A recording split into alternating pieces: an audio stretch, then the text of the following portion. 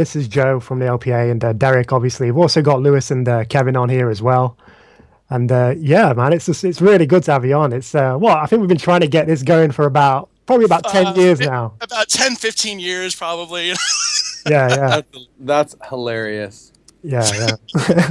I'm sorry that it took so long. I'm glad that we did it on a practically, I mean, I don't know, 10-year-old, but Skype is like, yeah, like an appropriate technology. Yeah, exactly. Yeah. But no, in all seriousness, I thought of something really funny that we could do with this. Sarah. And you can use this part of the podcast. Yeah. I know that the first people that will listen to this are like kind of our core fans, Linkin Park and Fort Minor fans. Yeah. And I was thinking, like, what a great opportunity to update my personal and the Fort Minor Wikipedia pages. Yeah, let's do it. Oh, no. I was only thinking of that, and like, it's kind of funny, but also like, what happens with those types of things, and I think it's true not just for those pages, but like, you know, kind of like the way people think about stuff is it gets boiled down to, you know, sometimes weird pieces of information. Oh yeah. You know what I mean? Oh like, yeah. That was my favorite thing is like that for some reason some weird connection with like Tchaikovsky gets mentioned early on in my, like, when people talk about my, I don't know, family or whatever. Oh God, yeah. And this came to mind because somebody said something about like my dad being obviously Japanese, and we were talking about, you know, Fort Minor, and that plays a role in that thing. But yeah. my dad was an engineer. He worked for a bunch of different, Teledyne, Rocketdyne, Boeing, different companies, and basically did tracking systems and computer systems for F-15, you know, fighter jets, Apache helicopters, and the space shuttle. So we would go every summer. We would go to watch shuttle launches we'd go to Florida and do basically a shuttle launch, a tour of the facility, and then we go to like Disney World. And then my mom was a stenographer, like a court reporter. Wow. So when I said in, I mean, you guys know this line. I'd said on, what was the song? It was shit, I don't remember. I had a line that my mom taught me words, my daddy built rockets. That's true. And those two things are like part of kind of who I am and what I do. And the idea that this weird thin connection with Tchaikovsky gets brought up before that is like so absurd. I don't know why that hit me this morning. It was just something that occurred to me that I used to see a lot on these like, I don't know, bio pages and crap like that.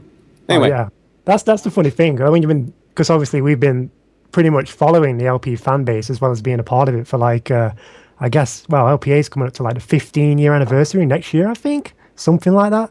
So amazing, man. Yeah, we've seen. Congratulations. Yeah, it's Thank you. all because of you, dude. Pretty much. I didn't make this. I didn't have anything to do with LPA until like it was already established. Like you guys built that from scratch. It's incredible. We were just talking about what an amazing network of like fan organizations Linkin Park and, and all of us have. And by the way, like I have a, you know, stay tuned if you are like, for you guys and people that follow LPA, LP Live, and the, you know, almost dozen other core fan organizations. I this year I want to start a few programs and a few things as we, you know, build out into 2016. I want to do some stuff really closely with you guys. So that's going to be a lot of fun. That sounds awesome. I remember like my first kind of like interaction with Linkin Park fans on the internet was probably around when Meteora came out, and I was trying to find like the track list and things like that. And I don't know if you guys can remember, but it was a website called LP Alliance. I think it was LPA. The original LPA. Yeah, original LPA. Yeah, there was another LPA. And I remember going on that site and like checking out the Meteor track list, and I was like, oh man, I'm so pumped.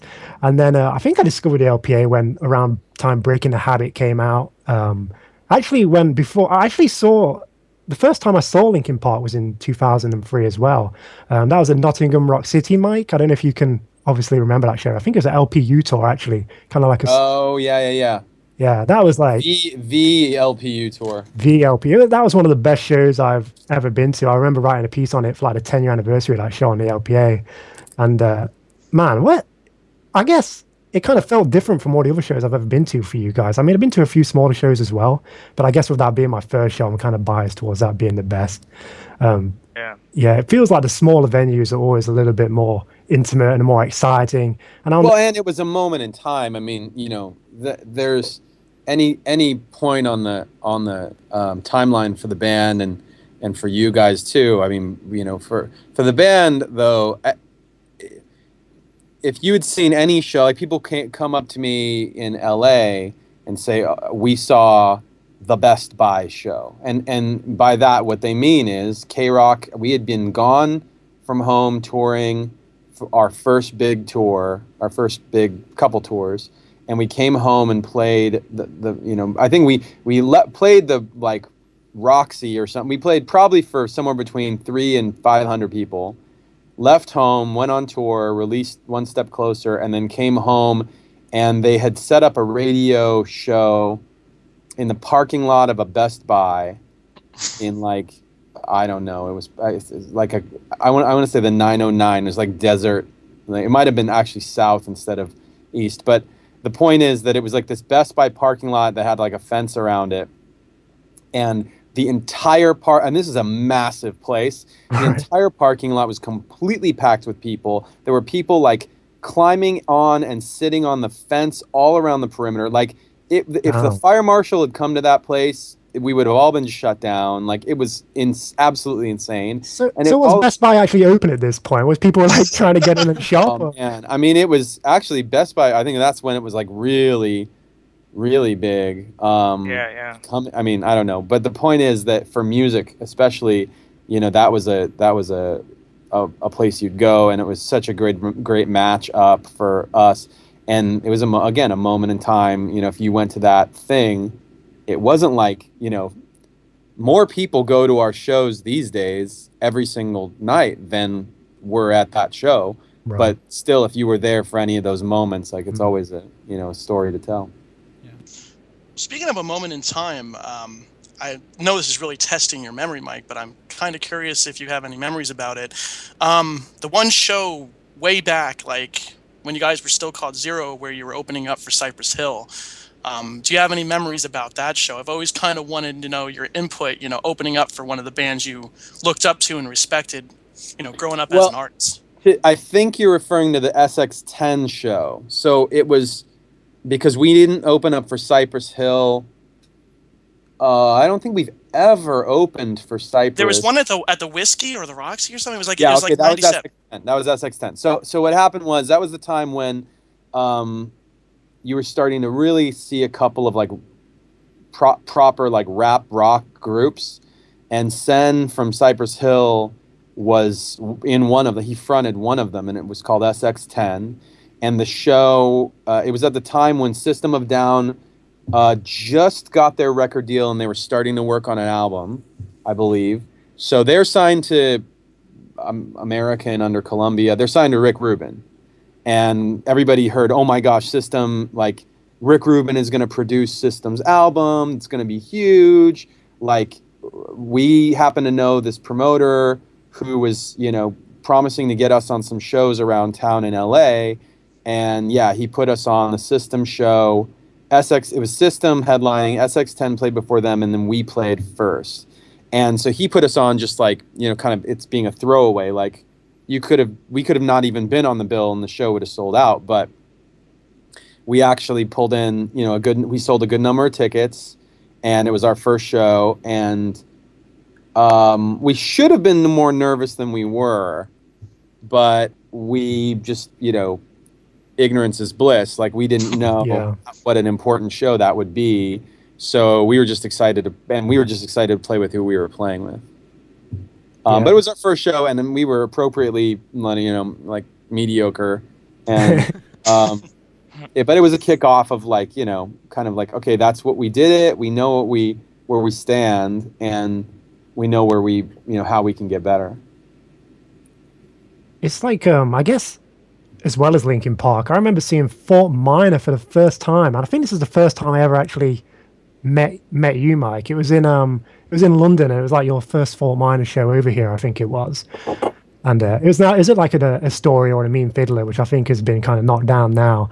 But man, that Is was that right? yeah, that's right. Yeah, yeah. I don't think that exists anymore. They took that one down, unfortunately. I think I saw Fort Minor there in 2005, and I think I saw LP there in 2007 as well. Either one of those venues. It's kind of like they kind of like conjoined like right next to each other. Yeah.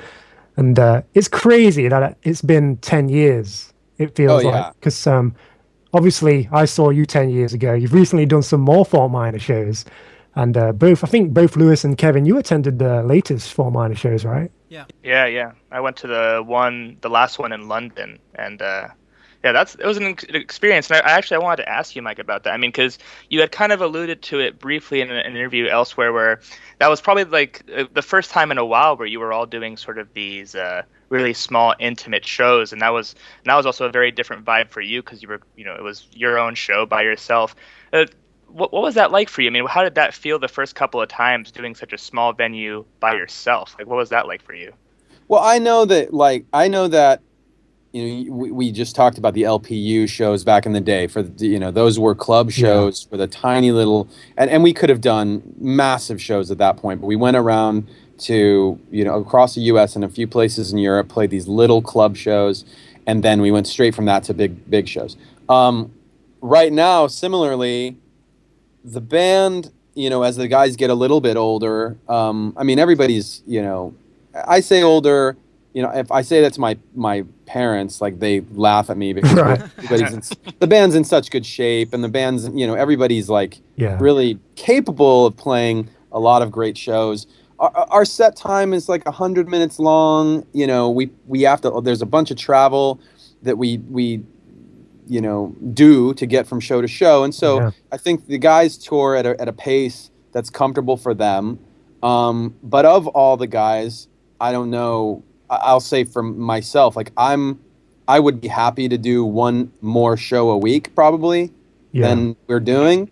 And then simultaneously, I also personally love doing really fan-centric stuff and small, and like I'm on social media more than most of the other guys. Like I hear what the fans say, I know what's going on, and I know if they say, oh man, we'd really love to hear No Roads Left, Yeah. we'd really love to hear this song or that song. Right. And I go, you know what, I have an opportunity here to do that for the fans. Like I'm not, Exactly. what do I need to do? I make more money on I don't need to make more money on the shows. I want to do stuff that, like, this is a day of the week that I can go and actually just do it, have a good time, give the fans something that I know they want, do it in a way that's small, intimate, and tell some stories or play some songs that people want to hear and that maybe they don't get to usually experience. And I think that's special. I want to. That's what Fort Minor for me is right now. Like it went from, in the beginning, when you first saw it, it was an expression of stuff that hip hop that I grew up on, and a style of rapping, a style of making music that I wasn't able to express at the time in Linkin Park. And then also, I'd say I had it wasn't something to prove as much. It was like uncharted territory for myself. Like in Linkin Park in 2004, I was part of the we were all part of the group, and very rare, like we were very careful to not step out in front too much for a couple reasons. Number one, because because I've always been cautious about like individual attention, and like especially in the early days, like pop media, like Yeah. I don't like that shit. And I don't also I was like, I've always said, like, I like going to the movies, I like going to the grocery store. Like I don't want to be heckled by people, because if the worst thing in the world would be for me to be like on a reality television show. Then then the casual fans and the casual people really get invested in you, and they like that becomes a different thing. Like I like the kind of relationship we have with the fans, which is very deep, and it's meaningful and it's broad, but it's also we joke that sometimes we joke that we're the world's biggest underground band. You know, Right. go somewhere, play a stadium show, and turn around and like go to the movies and like maybe sign 2 autographs. Yeah, and that's kind of the proof right now because LPU has literally just reached like year 15. And Yeah. that's crazy to even think about as well, that that's been going 15 years. And Linkin Park have always been, obviously you guys always been connected to your fan base. Even you being on this podcast is kind of proof of that. And it's just crazy to see that it's been 15 years at the LPU. And obviously, you started doing the LPU summits in 2010, and they're still going strong. And it seems like every year you're just finding new ways and different ways just to kind of, kind of interact with the hardcore fans. We try, and it's hard. It's really hard because of the distance and the language barriers.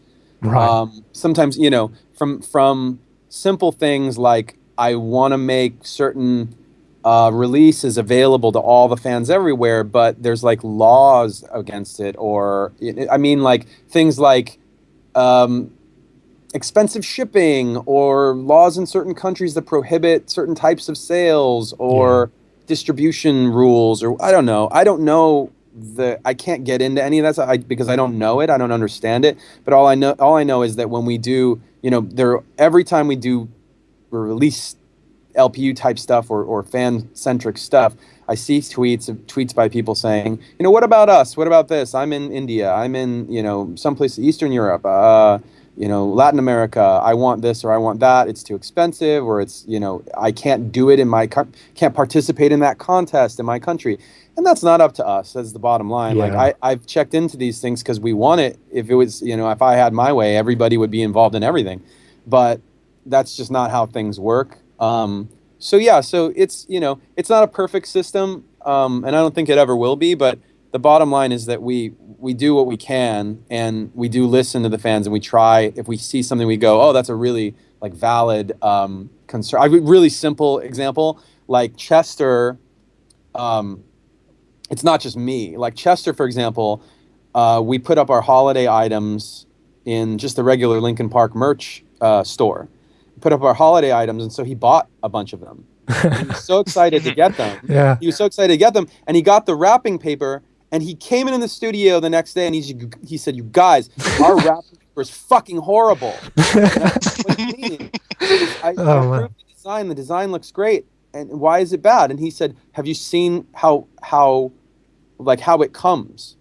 Like what it looks like. And I said, no, isn't it just a regular roll of wrapping paper? He said, Right. no, it's not a roll. It's like basically a few sheets that are the size of like little mini posters. Oh, not the sheets. I'm like, That's the worst. how many? He's like 3. He's like, we're charging people like, I don't remember what it was, $10 or $20 for this just garbage. Like we got duped by the people manufacturing the wrapping paper. Like we never Right. even thought to ask. Our merchandise team never even thought to ask, oh, this is a roll of wrapping paper, right? Because that Right. seems obvious. That's what you're Yeah. assuming you're making.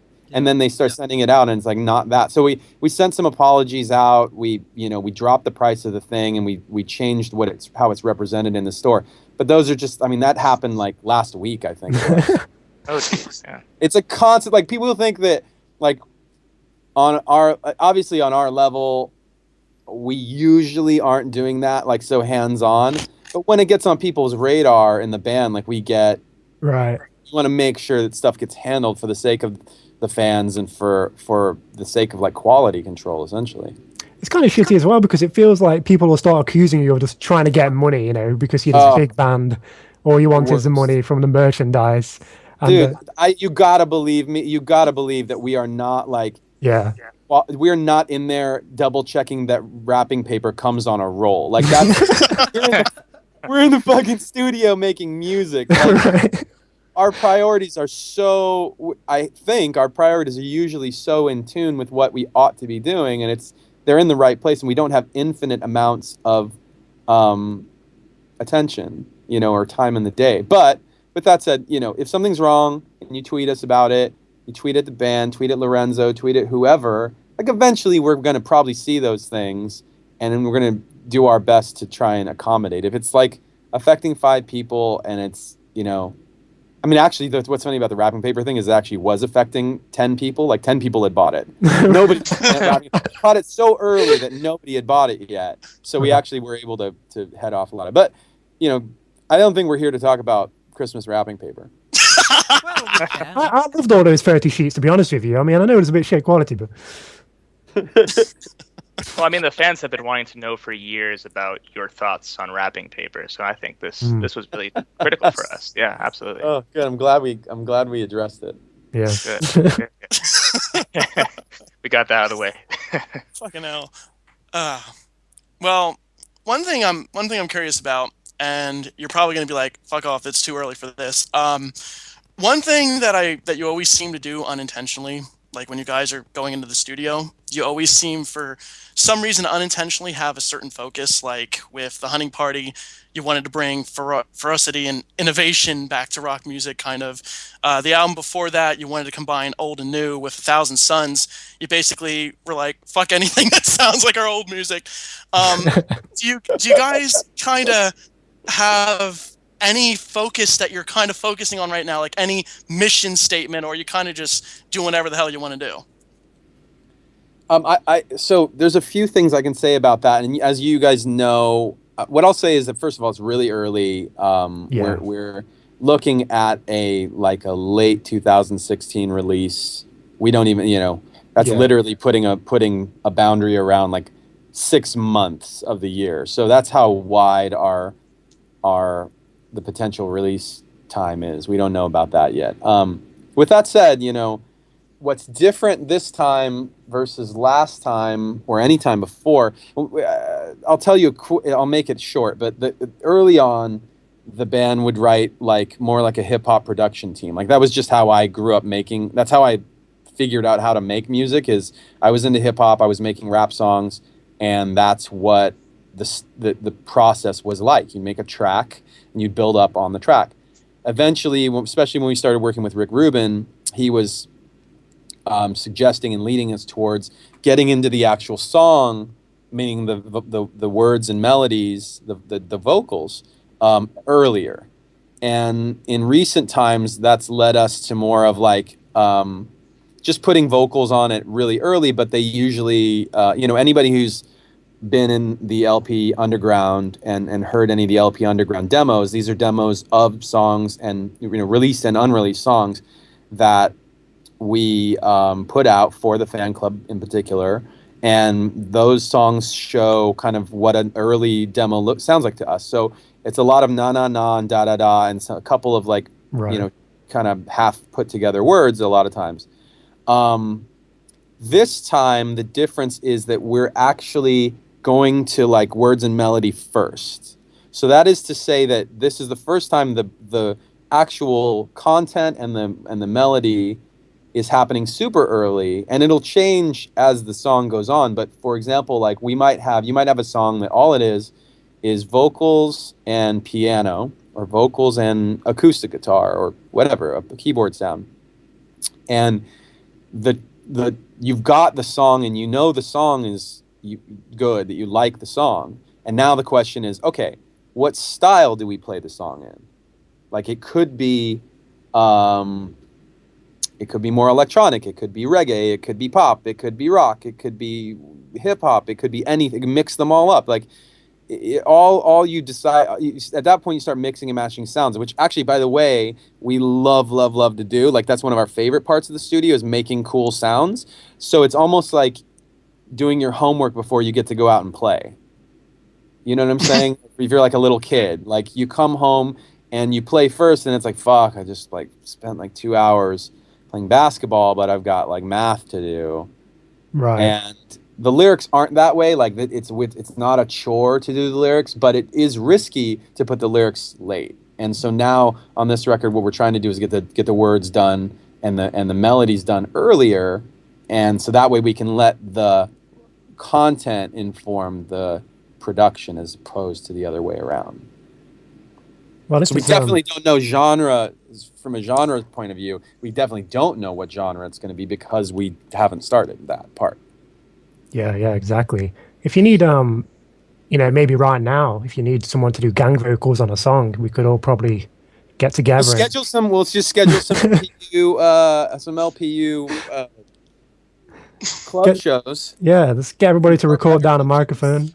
Yeah, and bring the. Yeah, you guys come out and we'll. One of my most memorable album cycles was A Thousand Suns, because that was like the first time you guys ever really started doing the build up to an album in a different way. You started doing all the puzzles, you had the website with the videos and all that kind of stuff, and that was awesome as a fan. I don't know about the other guys on the call, but that was like one of the most exciting times all the way up until the album's release. That was probably one of my biggest highlights.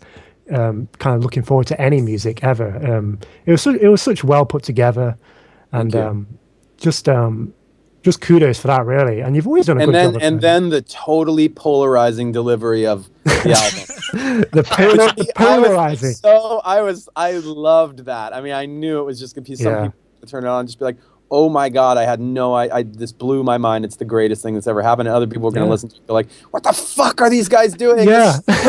Oh, we saw all that shit. Yeah. And the reviews were 1 and 5-star reviews. Like, you rarely get an album that's that polarizing. And we knew that was going to happen when we did it. It was great. We're not like sadists. Like, we don't want to like hurt our fans for sure. Like, I was always bummed out when you'd see really rarely, like, once in a while you get somebody saying this album is a slap in the face. Like, yeah. no, like, that's not a slap. This is an album. It's an artistic, like, there's a balance between art and commerce, and we've clearly chosen the art more than the commerce in the creation of the album. So that's not definitively like a slap in the face. I feel like A Thousand Suns and Cookies go together in that regard, masterpieces.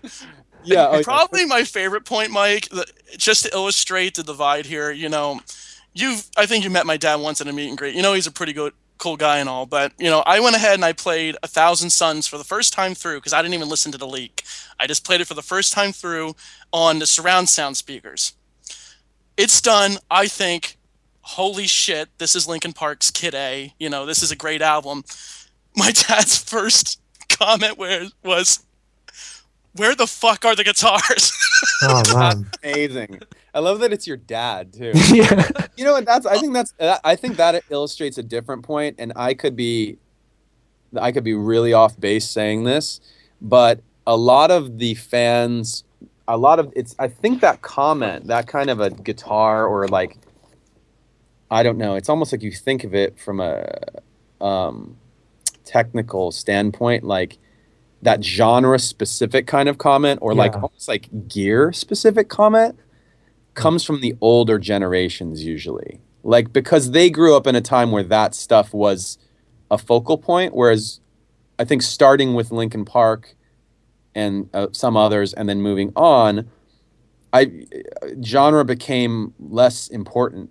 Like and now people don't even give a shit about genre, really. I mean, like, do you care? Do you buy an album because you care what genre it is? No, you care if the music's good. Yeah. You connect with like what the song is saying and what the words are saying and who's making it. Do you believe them? Like, that's what's important. My favorite comment to read from fans is you'll see it on the illustrious YouTube comment section usually.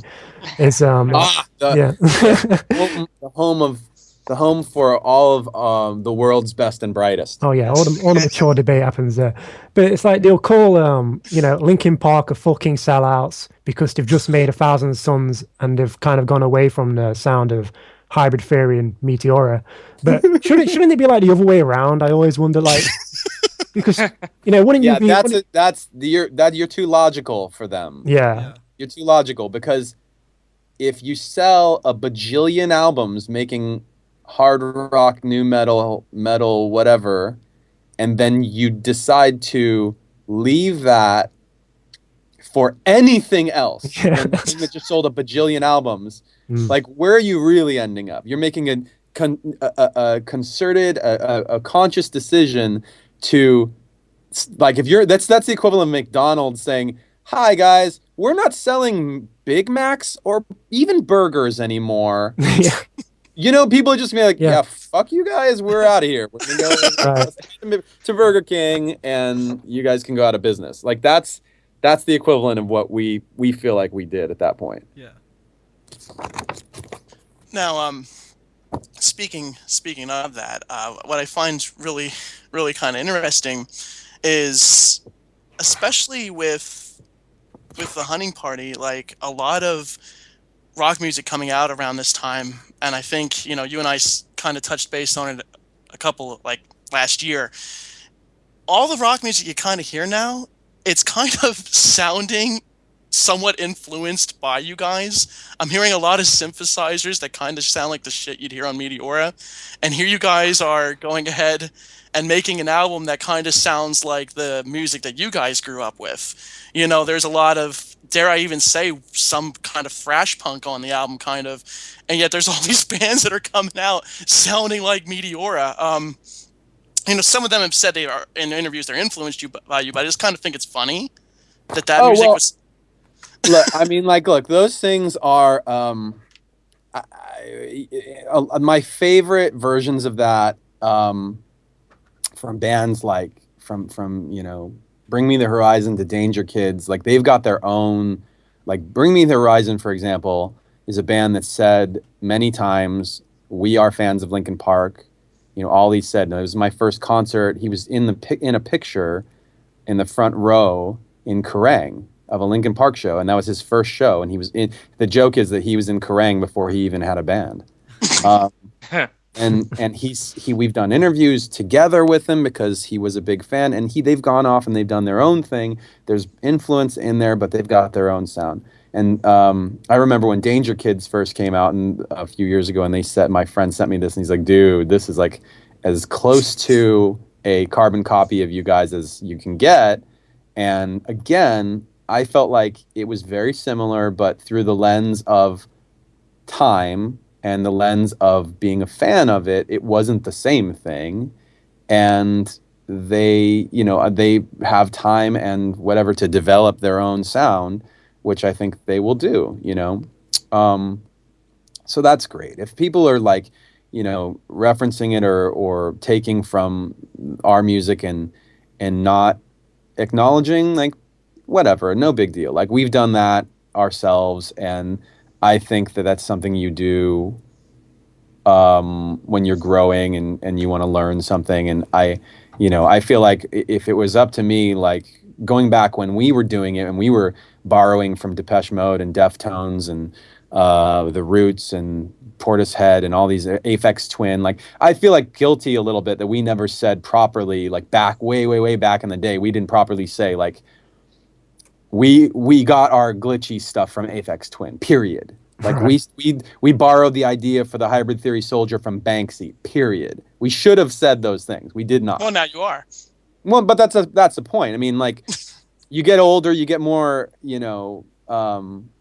experienced, and you get more confident, and that's what it kind of breeds. It's like, well, we clearly didn't like. We don't owe our whole careers to those artists. We owe Hmm. certain things that we've done to the fact that they influenced us, and we love their music, or we love a thing that they did, and it was an amazing idea. Like, and it's also not doesn't hurt for to say that like Banksy is like one of the biggest living artists, and we did that at a time when people didn't know who the fuck he was. Like that's great too. But just backtracking a little bit, as far as like sounds and trends and whatever, we don't approach an album to follow or get on the front end of a trend so much. Like if you guys only knew the amount of that goes on in music, like it's almost like the fashion industry. Yeah. There are trend forecasters, and they will, with a pop artist, they'll go in and say this song needs to have more of this because it's hot, or it's gonna be hot, and so on.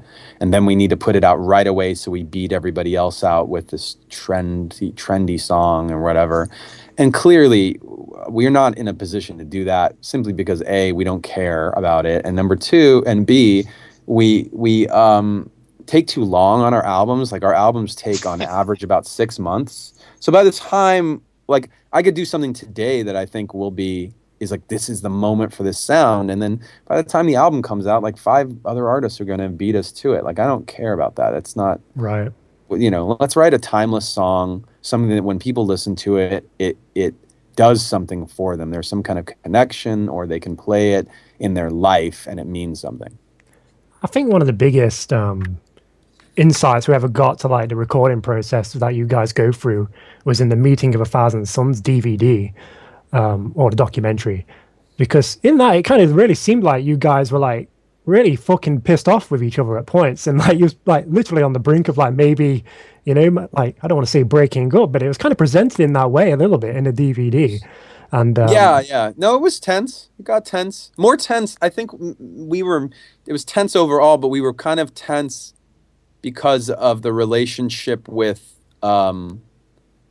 like some of the like, I don't call it like the music business side. Like, we were exactly, yeah, still yeah, tense with the label and tense with right. things. And that's it. And I That's think you guys know that we, uh, um, since then, well, actually, I'll let you finish your train of thought first, because I have something else I'll tell you guys about, but it's kind of a right. non Yeah, sequitur. yeah. Because I was going to talk about the like the record industry side and the label side of it, because it kind of seemed that was kind of influenced by the label, kind of the frustration. There was the line, "I don't want to be on some what I've done shit," and it kind of spelled it out to like any fan right there. And obviously, the result was kind of the direct opposite of that. Some would Mm. say. And personally, my favorite album, probably some of these guys too in the call, but I kind of get that when people kind of see you release something they don't like, or maybe it's a song they're not really interested in, they'll immediately blame the label. They'll say, "Oh, this is obviously Warner Brothers that's made them make this song this way." Is there any merit to those kind of people saying that? I'm sure there's a lot more to it than the label kind of making a song sound shit. And When it comes to our creative process, there is no blaming the label right, ever.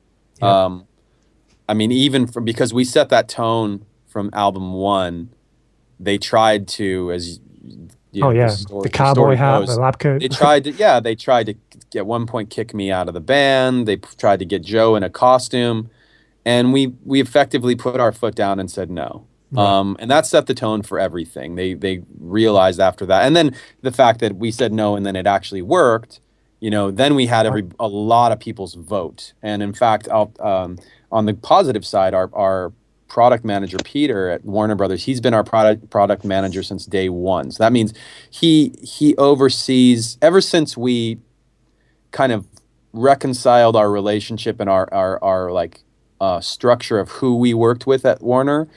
Peter has been with us since that moment. So it was actually post Hybrid Theory and on, but he was involved in Hybrid Theory.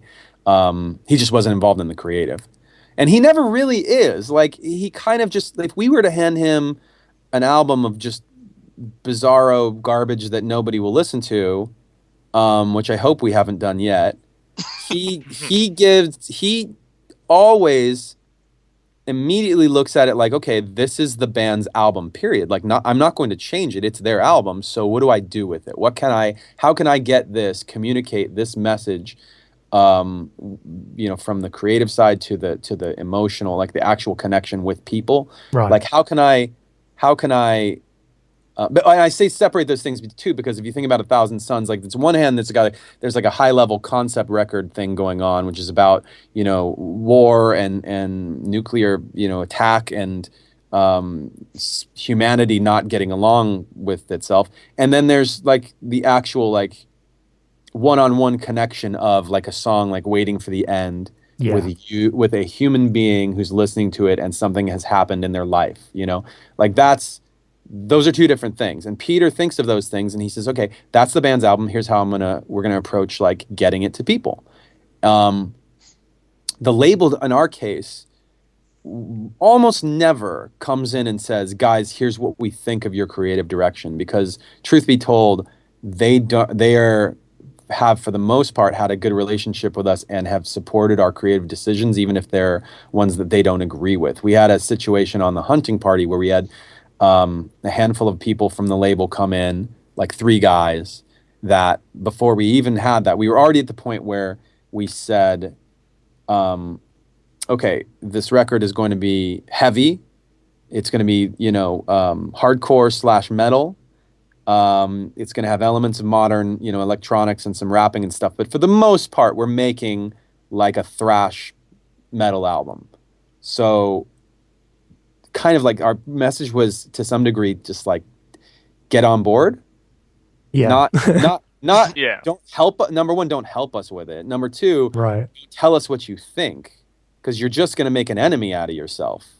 So help us, like, figure out how to get it to people. Does that mean help us get it to 40 million people? Not unless you're an idiot, because 40 million people are not going to buy a thrash metal album. Right. So the guys came in and they said, look, based on what we know you want to do, and based on the music you're playing us, we're just telling you that in the context of you guys are putting out this album, we think we're going to have a hard time even getting it to the people you want to get it to. So just in the context of smaller numbers and a very specific hardcore base, we think you got to go out with Final Masquerade as a first single. And we said, you guys are out of your mind.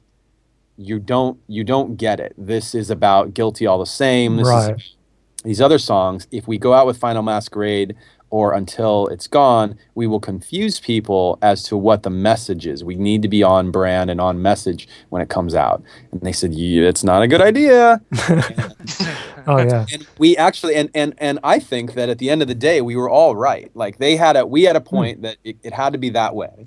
They had a point that it was not going to hit a very big mass. And we probably need to do more of what you guys just suggested a few minutes ago, which is like the campaign of, to the 1,000 Suns, how we did the, Right. a cooler, more fun marketing campaign. We thought on that one we were going to do we did a game thing with Microsoft for their Project Spark game, sandbox game, and it just didn't happen. Like Joe didn't like the video thing that they worked on together as much as he would have liked to. Like Yeah. nobody's mad at anybody for anything. We're all grown-ups. We can admit that it wasn't the best campaign.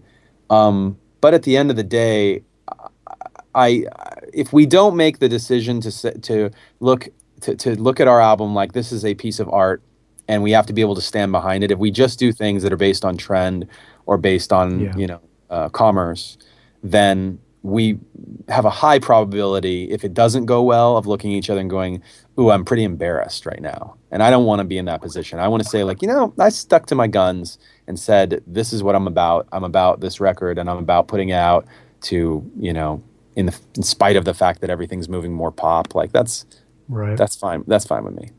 From a fan's perspective, it was actually nice to take a break on the Hunting Party album release, because like the 2 albums before that, I was like catching the train to fucking London to go and find some mystery USB drive and go to Radio 1. And we're in that group.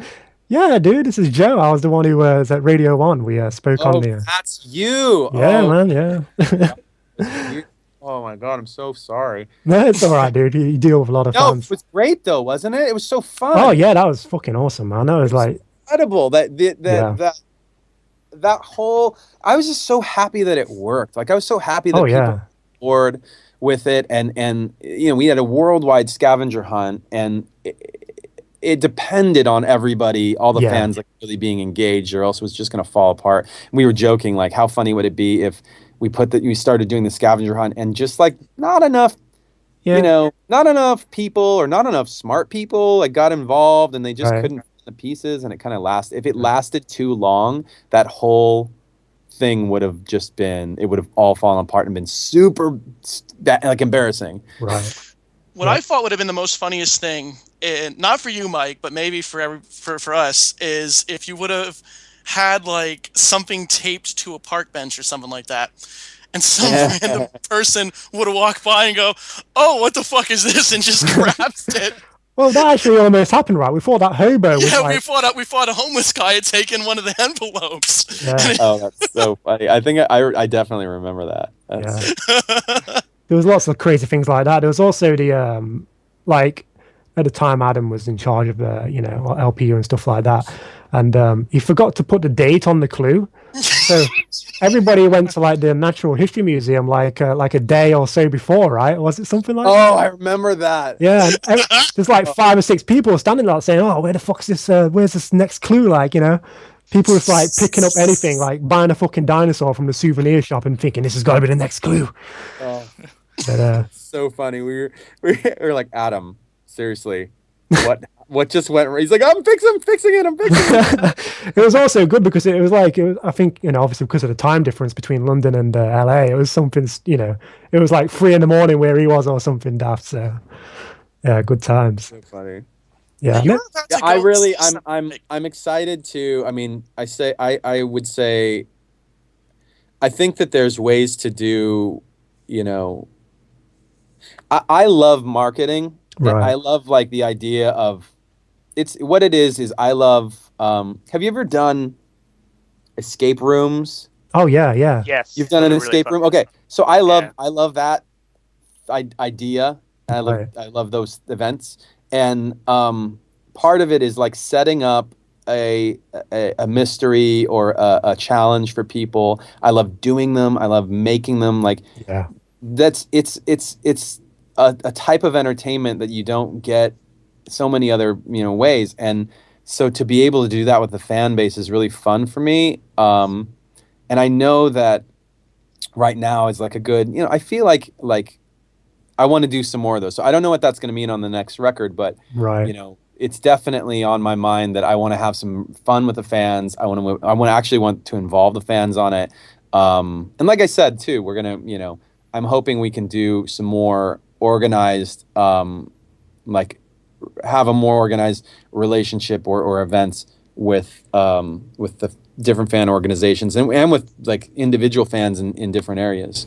Yeah, it's good that you want that because recently you tweeted or Instagrammed a picture from the studio. Uh-huh. Fans jumped on that so quick, like, what does it mean? What does it mean? I told them, and I knew, and I did it. This is not a scavenger hunt. Yeah. Right? The Oh one you're my talking god. about?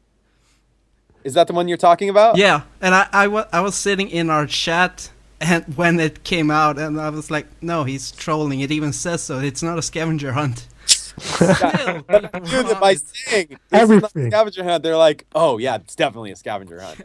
Yeah. But Any- Mike, that's because everybody knows that when you say something's not something, you're usually bullshitting in regards to that. You can never tell it.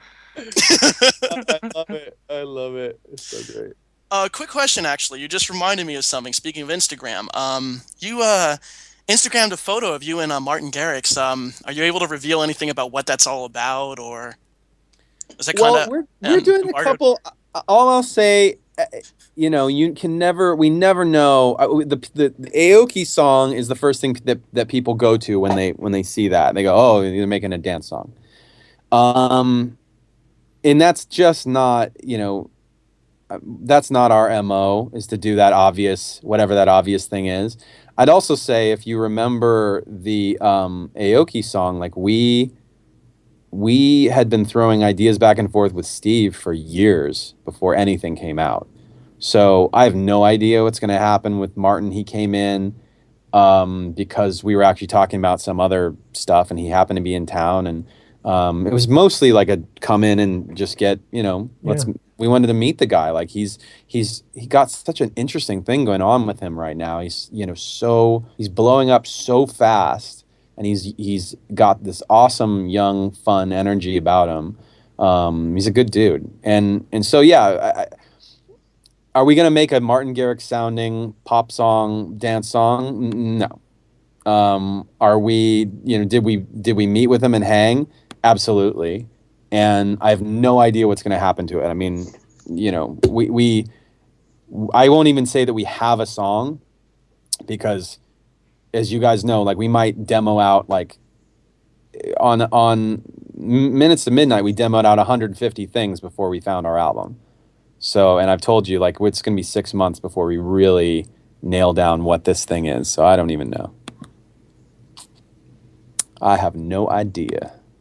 What is Well- the Oh, sorry, go on, Lewis. Oh no, it's just a real quick question, I guess. More for my own curiosity than anything else, but because I know that even some time ago, you Instagrammed a quick picture when you were meeting with Kendrick Lamar, right? It was like just after he was performing right before you or something at a big show, and I just want to ask you what that was like, because he's an artist that definitely has pretty exploded. Really, he's so huge Right. now, and you also went to one of his LA shows recently based on your Snapchat. So what was that like, getting to interact with him and meet such a new but huge artist like him?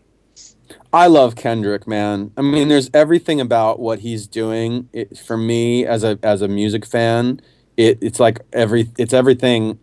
He's doing so many things that I like. That's just like my personal Mm-hmm. taste. From he's making artistic decisions. Like lives and breathes and feels very LA to me. Like every time I hear him, it's like, oh, that's like so LA. Mm-hmm. And he makes these great he makes great visual statements. He makes great musical statements. The show that I went to, like, it was very live music oriented. He played with the band and live drums, live bass, guitar, keyboards. Um, there were backing tracks involved because his music is so dense with great performance stuff from the studio. But these are his studio musicians on stage with him, replaying parts or beefing up parts or whatever, and they go into other rap songs and other like R&B songs. Like they did. God, what was that? It's like a funk song, like James Brown or something that they did at one point. King Kunta, maybe? Is that the track No, you're thinking? no. Well, they do that. Yeah, they do that. But he does. They actually, when they started they kicked the show off with like they covered some old funk song. Oh, nice. I just can't remember what it was in my head. But the bottom line is he's an amazing artist. I really respect what he does. And Cool. we met before that one show, and I've seen him since. Sweet. I wonder if there's Sorry, Joe. What any. were you gonna say, Joe? Oh, I can't actually remember now, but I was just going to ask. I was just going to ask Mike if there's any other artists on your radar that you'd probably love to collaborate with, or whether it be LP or 4 Minor. Oh gosh, who am I listening to? You guys know my Spotify Oh playlist. yeah, Currently, who's in there? Wolf Alice is in there. Vince Staples is in there. Of course, Kendrick. I really like the Halsey record. I like the Rory record. mm, I think Machine Gun Kelly. I've met MGK a bunch of times because we have mutual friends, and right. he's such an interesting dude. Like he's like the rap version of just like this punk rock Yeah, he's tortured great. artist. Like he's so funny because he doesn't belong, and he knows it. He like doesn't belong anywhere. Like there's Yeah, no lane for him, and so he has to fight 10 times as hard to be heard. yeah, He won't get played on rap. He won't get played on alternative. Like nobody, all that genre specific shit. Like he's just making music that sounds like him. yeah. And that's what's so interesting about him. So yeah, he's really an interesting dude. I like MGK because he kind of does a lot of like other random shit. Like it's like on wrestling, like WWE not long ago, Yes. getting Yeah, power it's bombed off the some shit, but stage I and know shit. a bunch of friends that are into wrestling. I don't understand wrestling at Yeah, all. Like, if that's your shit, like be yeah, about it. Like I go to these goofy tech conventions and all this right. all this nerdy shit that is my favorite. I mean, I love going to tech conventions, stuff like that. Like Yeah, yeah. to me, it's the most exciting stuff. Um, and I mean, I who think else? he was Who else? also on an episode of Catfish as well. Did you see that? That was, Yeah, I believe it. I believe yeah, it. that was great. It's definitely My entertaining. playlist, Geographer's in my playlist, Kid Cudi's in my play. I just updated my like I don't think it's a public playlist, but it's like best of 2015 that I was listening to. ASAP Rocky, Action Bronson. Yeah, I think the Grammys just got like I got some Drake in there. I'll admit. I'm not scared of putting some Drake in there. any of the weekend in there or I like The Weeknd. I like The yeah. Weeknd. I like Run the Jewels, Purity Ring. I could go on forever. I listen to a ton of music. So yeah. But I, one thing I do know, because I, even though we could go on talking for 2-3 hours, I promised the publicist I kind of keep it to about an hour. Joe, I know you kind of had some rapid fire questions No. you wanted to ask. Is I it, don't know if you still want to ask them, but you had a list of rapid fire questions is to it ask. that time already? Well, what it was is because we've been a been a website for Linkin Park fans for going on 15 years or so, there's kind of a lot of common questions which get asked, whether it be on the forums, whether you see it in those Facebook or YouTube comments. And I figured that, we could probably wrap this up by just kind of firing off 10 or so questions, and Mike could just give kind of one word, quick yes or no answers on these, maybe. Okay. All right. So I've got a list. So bear in mind, this is not me saying these, okay? These are some of the most requested fan things that they want to see from the band or want to know. Okay, So, I'll go one word or some. I always find that some of these deserve like a little bit of yeah, go for whatever clarity. you want. But go ahead. Okay, so most fun album that you have recorded in the studio. Say the beginning again. Most fun album. Most fun album. Yeah. We're already stumping them. Already. Probably 1,000 Suns. Oh, that's awesome. Yeah, my favorite album. I'm going to say that again. But the Fort Minor record is a close second. Right, yeah. Oh, The nice. Rising Nice. Tide is a close second because there was no pressure. I didn't even know it was going to be an album, so doing it was like basically like it was a hobby. Like I was just making, Right, exactly. yeah. All right. Least favorite song you have put on an album.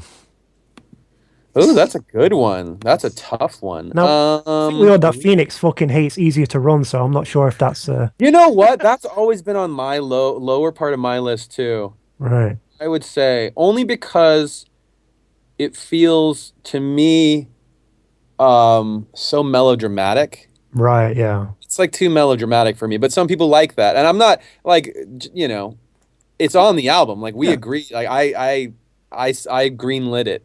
You know what I Yeah, mean? yeah. I can't. I'm at fault too. Exactly. I mean, And there will I be live days. in There will be days when I can listen to any song that we've made and been like, oh, I remember being at that point. Like that's cool. Yeah. But yeah, I think in general, that's probably on the lower side. So you just did And the by the way, as I'm saying this, I know that it's probably in the top 30 of like most listened to songs. Yeah. On Spotify. By most listened Linkin Park songs on Spotify. Yeah. I actually quite like your verses in that song. Or kind of Okay. the build up to the chorus. Yeah, those are very short. Yeah. In fact, if I remember correctly, I think the lyrics from that song was like the first ever lyrics I put in my like online signature. When you used to go on MSN. Honestly, at the time, it was so long ago, and at the time, like we said this about the hunting party too. Like the things that you think and the things you're upset about when you're 22 are very different from when you're 32 and when you're 12 and whatever. It's like there's a time and a place. So you've just done the theme song to Into the Badlands, correct? Yeah. What movie or TV show would you like to do a soundtrack for? Oh, that's a good one. Joe, you're gonna put me out of a job with Outwire with these good questions. I'm telling you. two. I'd say the two shows. I am watching a little bit of. I'm excited to. I haven't gotten into. Well, I watched the first season of Fargo, which I love. Right. Nice. I love Fargo. Yeah. And it's a tough one. I still watch Walking Dead, which a lot of the other guys in the band don't, but I still do. Yeah, I've kept up with that. Yeah, I still enjoy it. So those are two, probably. All right, yeah, good choices. Okay, so song you would have released as a single but never did. Do you even care about what singles you release? I know, kind of like the first. I care to the extent that they are they're like statement moments about where the band is at and what you're doing.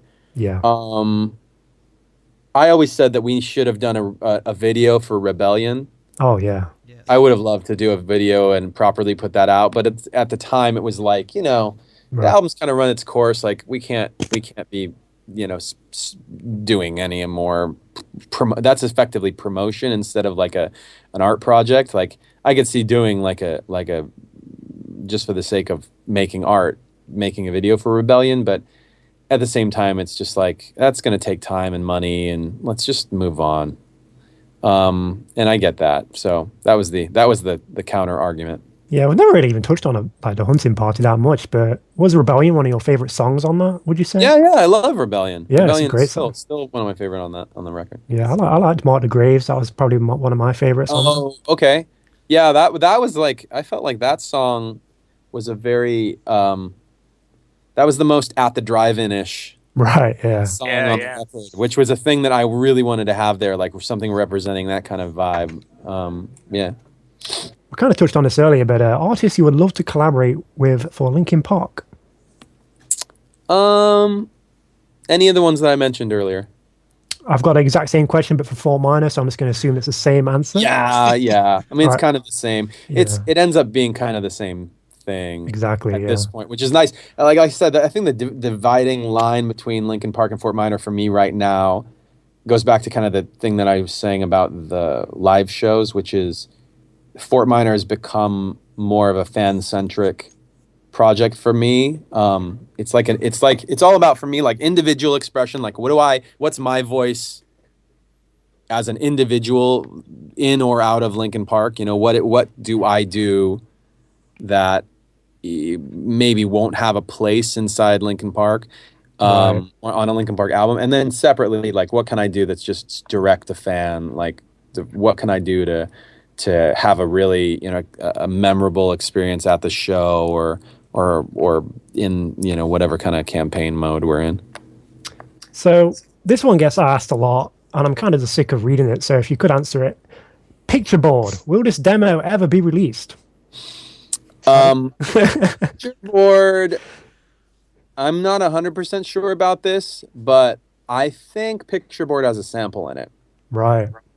So sample clearance issues are probably the reason. I don't know. I haven't gone back to and listened to it, and Yeah, I think people just get attached. You kind of name drop maybe a demo at some point, and like people just get attached to these demos and like, oh, we never heard this, and I kind of guess you kind of wait for every LPU release and hope like, it's not worth it, man. yeah. You guys have this imaginary like that it's like some imaginary like a holy grail of a song. It's really not that great.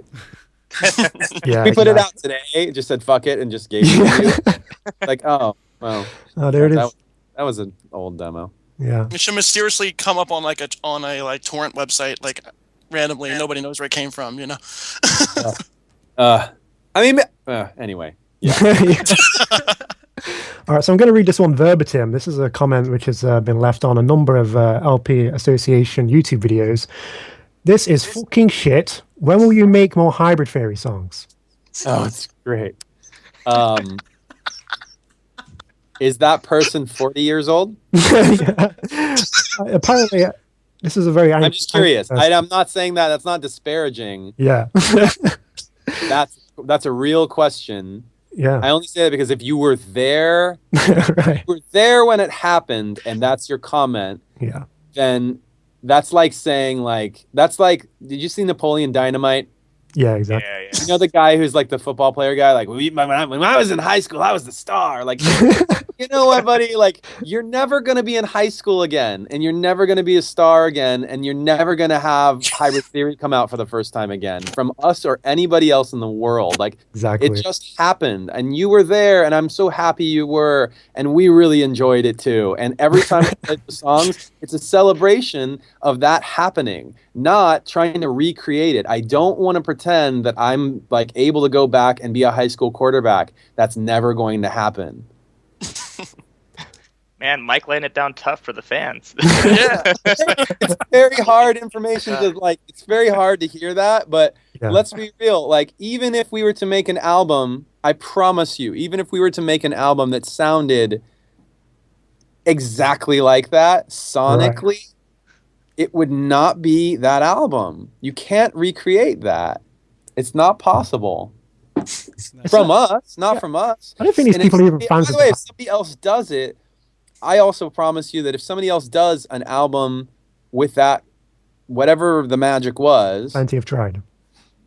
that it'll probably sound really, really, really different from that, Not Exactly. similar. Because then it'll push those buttons and people will compare, and then it's not the same thing. Yeah, it's all about those moments in time. Man, I almost want to know what Joe's going to ask next after that one. Luckily, that's the only one I copied verbatim from the YouTube comment section. So, I love those fans. You know what? And believe me, that's those fans are the reason why we never stop playing all those songs in our set. Our set is chock full of Hybrid Theory and Meteora songs because those were a moment in time, and we all, that's an important part of who the band is. I mean, believe me, there were times when we played fewer of them because we said, look, right. we've moved on artistically from that. We ought to play less of it because we want people to know where we're at right now. But we've never taken them all out. We could keep in mind we could. It's a very real. All we'd have to do is write a new set list. It's Yeah. that easy.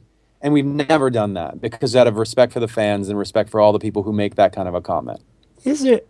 I'm going to try and word this as nice as possible, but is there any song that you just fucking hate playing live that you still play from the old albums? Because I think I read once where I think Chester said he hated Runaway, but then you guys still play it live. So I'm not entirely sure if that was kind of like true or. I don't know. I don't know the other guys.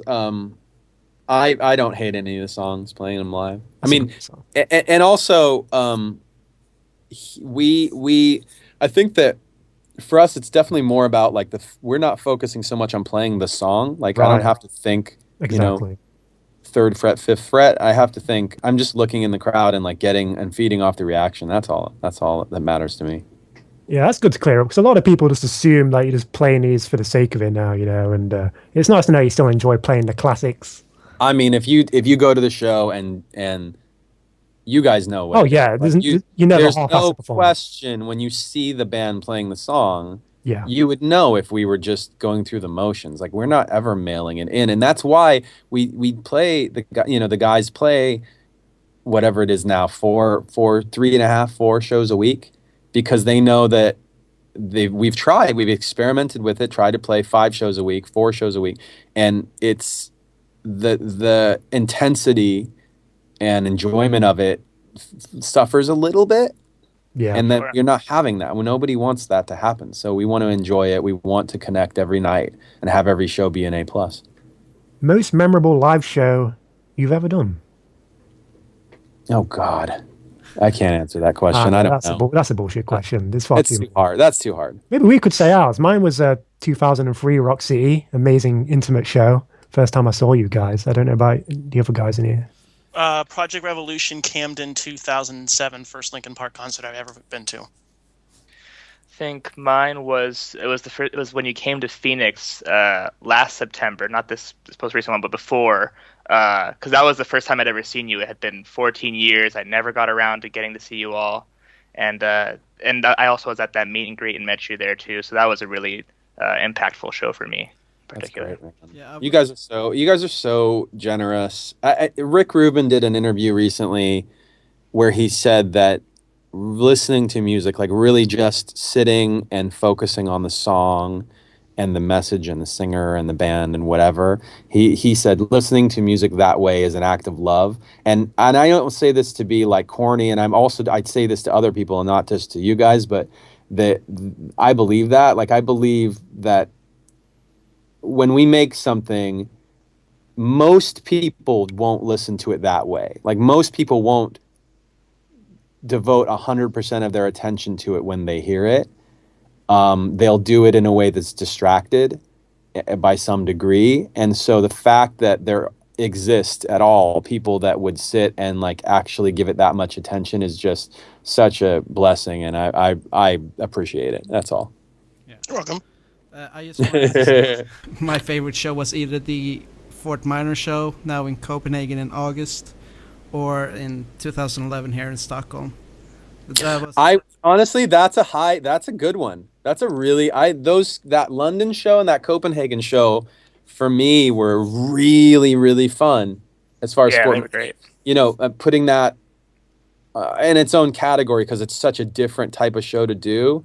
But yeah, I really loved playing those shows. Yeah, it was. I want to play more because I really felt like I hit a groove and we were vibing. Well, you're very welcome to come here and play them. Yeah. Kev's gonna rent his. There's not gonna rent out. You can stay at Kev's house if you want, Mike. Just go and chill in his spare bedroom. But it's not funny though that like we think we have to go to a venue to do a concert. Like Yeah, right. sound system is one thing. Like we want it to I want it to sound good or whatever, but you know, a DJ can set up wherever and put a couple speakers up and play a show. Like I almost feel Party in my backyard, Mike. Come on. honestly in my head, that's like not a bad idea. Oh, there you go. You heard it first. Aren't you in Amish country, Dave? When you have a bunch of Amish people just rock No, around? I'm not near Amish people anymore. I told you I live in the suburbs. I don't live near Amish people anymore. I like what I want to do. We're gonna merge technology and into this equation somehow. I'm gonna find the places where it's the most like, you know, the analytics say it's the most effective and the most fans, and I can prove like, okay, if we do this weirdo show in Boise, in this, you know, this, and we're gonna go to this like high school, or we're gonna go to this like kid's house, and we're gonna do a show this is, you know, Yeah. so seemingly so random, but I know that the technology can help with that equation, because otherwise like we'd never go to Boise, you know. Yeah. And I feel like that's all your Idaho fans suddenly hate you right now, you know. well, I mean, it's not our fault. Like, part of it is the analytics aren't there yet. Like the promoters, it's complicated. Like, if you're a tour promoter and you're saying like these are the proven markets and blah blah, blah, you know, that's the part that's what they're operating off of, and that's what's so great about these, you know, being able to look at the actual data, is you can say no definitively like. This area, this city, or this area of the world, like there are fans who want to see the band, and we can go there, and we can prove it, or vice versa. They can come to the band and say, we can prove that you have lots of fans here who are going to buy tickets, and we want to make it, you know, we want to make it viable to the band or whatever. Got a Anyway, couple We more got him booked for an questions. LPA house tour. That's good. LPA house tour. I'm down. Yeah, we got him. house tour. Oh wow. Can you imagine? But yeah, we just touched on that, I guess. So But so you're gonna tell me the answer is you don't know. But how many songs are you working on right now that you can 100% say will make the new album in some form? none. There we go. 0. I can say One word that I answer. cannot 100% say. I have favorites. Right. And my favorites always Get some votes of out. them some of them always get beaten. And that's the wonderful thing about doing this, is like I'll write a song and for weeks I'll go, that's the best song in this batch of songs. It's Right. as good as any of our best songs. And I'll be convinced of that fact, and then, you know, the next day I'll sit down and write something and go, oh my God, where did that come from? It's better. Yeah, that sounds great. It's just such a nice, I mean, it's one of my favorite things to do. You know, it's like this process is just a lot of fun. And over the course of doing it, like, please keep in touch. You know, we're going to really start, I think next year, we're going to start opening it up on social media and letting you guys take some looks inside and know what's going on. Oh, wow. As we make it. Because I feel like this next record is going to be really important for the band. I don't know what it's going to be. I don't know what it's going to sound like. And I'm not saying that in terms of like, you know, numbers and sales or anything. I'm just saying, I just think it's going to be important for some reason. Like, we have something important to say. We have something important to get out of us that at this point, we can't do something too close to anything we've done yet. Yeah. Or else it'll be obviously paired or derivative or compared, or I don't know. So you're saying you're almost thinking of maybe going back to the 1,000 Suns mentality a little bit, where you're trying to do something that challenges you. No, because if we did that, it'd get compared to 1,000 Suns. Exactly. Yeah. Touche. Right? It can't be any of these things. It has to be. What was the Henry Ford quote? It was, if you had asked, and it was like about the invention of the car, and it was something to the effect of like, if you asked the people what to make, what they wanted, they would have just said faster horses. Right. Yeah. I'm gonna Right? look it up, but you go ahead and ask your next That's the question. quote. It's something like that. Like Yeah. if your only reference points are horses, people riding horses, Yeah. then you don't know about it's you're not in the car industry or you're not in the transportation industry for a living. Like you don't know what's around the corner and what can be done. And that's our job. That's not your job. And by the way, that was the exact quote, Mike. You were exactly right. Nailed I it. googled it. Great, fantastic. My That's I'd say that's the best thing about just being a fan of you guys is that you just never know what the fuck you're going to put out next, and that's like exciting to me. and just stay my favorite part of the relationship with a lot of fans is that it's like people are on board. Like I always say, there are lots and there are hundreds and hundreds of people of all ages who have Linkin Park tattoos on their body. Like Yeah. we have to be aware of those people and give them the respect of saying, we know you're there. We know this is or is not like what you're looking for. Come on the ride with us. Like it'll be fun. I promise you. Even if it's like you come in and you're like, fuck, I just love Hybrid Theory. Come on the ride. Enjoy the ride. You don't need to love every piece of music we all ever put out, but come on the ride and it will reward you, I promise. So going to get a little bit serious here for this last question. It's probably one of the most asked. So Uh-oh. we need to know, Mike, when will you come to Brazil? Oh my God, that was the best ending. It is the most asked question. It is the most asked question. It only beats when will you come? Is it Portugal or Russia? Right. Yeah. It only beats those by a little bit. But, yeah. I had to get that in there. Oh, sorry, India. India also. I mean, there's a bunch of There's a bunch. Yeah, stuff. It's just so funny. Brazil was the originator. It feels like, but small countries are slowly trying to take over that request. It seems. What if we just did that? What if every time anybody said, "When will you?" and then we just, "Oh, that's a good idea. Let's go." That should be the next tour. Anytime soon, you come I in know here. we promised you a new album, but we are planning 18 months of touring in places that we haven't that they are asking, so we're just going to do that, and we just haven't made a new album. Yeah, your next tour stop will be a research base in Antarctica. they because I saw a tweet.